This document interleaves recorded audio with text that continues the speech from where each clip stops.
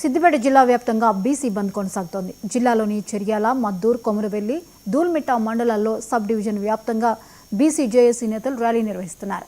బీసీలకు 42% రిజర్వేషన్ అమలు చేయాలని డిమాండ్ చేశారు. ప్రభుత్వం ఇచ్చిన 42% రిజర్వేషన్ల అమలుపై కోర్టు స్టే ఇవ్వడంపై ఎన్నో ఏళ్లుగా ఎదురుచూస్తున్న వారికి నిరాశ కలిగిందన్నారు. తెలంగాణలో ఉన్న అన్ని రాజకీయ పక్షాలు కూడా స్వచ్ఛందంగా మద్దతు తెలిపి ఈరోజు సంపూర్ణ మద్దతు ప్రకటించడం జరిగింది. ప్రజలు కూడా స్వచ్ఛందంగా పాల్గొనడం జరిగింది. ముఖ్యంగా మరి అన్ని రాజకీయ పార్టీలో ఉన్న మన బీసీ నాయకులకు ఒక్కడే నేను విజ్ఞప్తి చేస్తున్నా.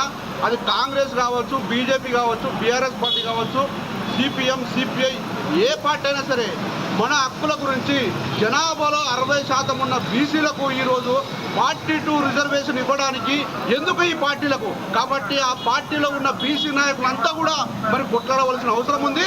మన హక్కుల గురించి ఏకదాటిపై నిలబడి మరి రానున్న రోజుల్లో 42 రిజర్వేషన్ బీసీలకు వచ్చిన తర్వాతనే స్థానిక ఎలక్షన్ జరపాలనే ఆలోచనతో ఈరోజు బీసీ సంఘాల నాయకులు, అదేవిధంగా అన్ని రాజకీయ పక్షాలు ఉన్న బీసీ నాయకులు అందరూ కూడా మరి రోడ్డు ఎక్కడం జరిగింది. మేము 42 రిజర్వేషన్ సాధించేంత వరకు కూడా ఈ రిజర్వేషన్ గురించి కొట్లాడి మరి స్థానిక ఎలక్షన్లో కాకుండా అదేవిధంగా చట్టసభల్లో కూడా ఇంతవరకు మరి ఓన్లీ ఓసీలకు, అదేవిధంగా జనరల్, అదే ఎస్సీ ఎస్టీలకు ఇచ్చారు తప్ప మరి ఓబీసీలకు ఎందుకు రిజర్వేషన్ కల్పిస్తలేరు? దీన్ని ఆలోచించవలసిన అవసరం ఉంది. కాబట్టి బీసీ నాయకులారా మన అందరం కూడా బయటికి రావాల్సిన అవసరం ఉంది. మన హక్కుల గురించి మనం కొట్లాడవలసిన అవసరం ఉంది. కాబట్టి మనం అందరం కూడా ఏకతాటిపై ఉండి 42 రిజర్వేషన్ సాధించేంత వరకు కూడా మనం అందరం కూడా ముందుకు పోవాలని విజ్ఞప్తి. బీసీ బంధు తెలంగాణ రాష్ట్ర వ్యాప్తంగా పిలుపునియడం జరిగింది. ఎందుకు పిలుపునిచ్చారు? బీసీలకు 42% రిజర్వేషన్ ఇవ్వకపోవడం వల్ల మాత్రమే బీసీ బంధుకు ప్రకటించడం జరిగింది. బీసీ బంధు ఎందుకు వీళ్ళు అసెంబ్లీలో ఆల్రెడీ తీర్మానం చేసిరు.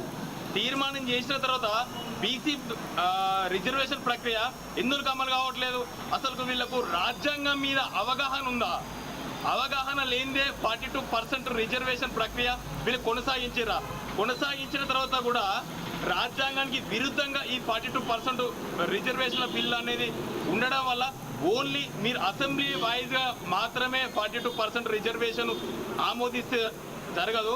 ప్రతి ఒక్క పార్టీ నుండి బీసీ బంధుకు ప్రకటించారు, కానీ అందరు కలుపుకుంటే ఈ రోజు బీసీ 42% రిజర్వేషన్ కాకపోనా 42% రిజర్వేషన్ అనేది ప్రతి ఒక్క బీసీ వాళ్ళ హక్కు. కాబట్టి మీరు మంత్రులు కానీ, ఎమ్మెల్యేలు కానీ, ఎంపీలు కానీ ఎవరున్నా కూడా బీసీ మేము ఓట్లేస్తేనే మీరు ఈరోజు రాజ్యాధికారం వెళ్తున్నారు. కాబట్టి మీరు మా వెనుక నడవాల్సిన పరిస్థితి వచ్చింది, రోజు వచ్చింది. ఇదే బీసీ నాయకులకు ఒక్కడే చేస్తున్నా. మీరు కనుక బీసీ 42% రిజర్వేషన్ ఇవ్వకుంటే రానున్న రోజులలో రాజ్యాధికారం ఎమ్మెల్యేలు కానీ, ఎంపీలు కానీ, మంత్రులు కానీ మీ ఇల్లు ముట్టడిచ్చే భద్రాద్రి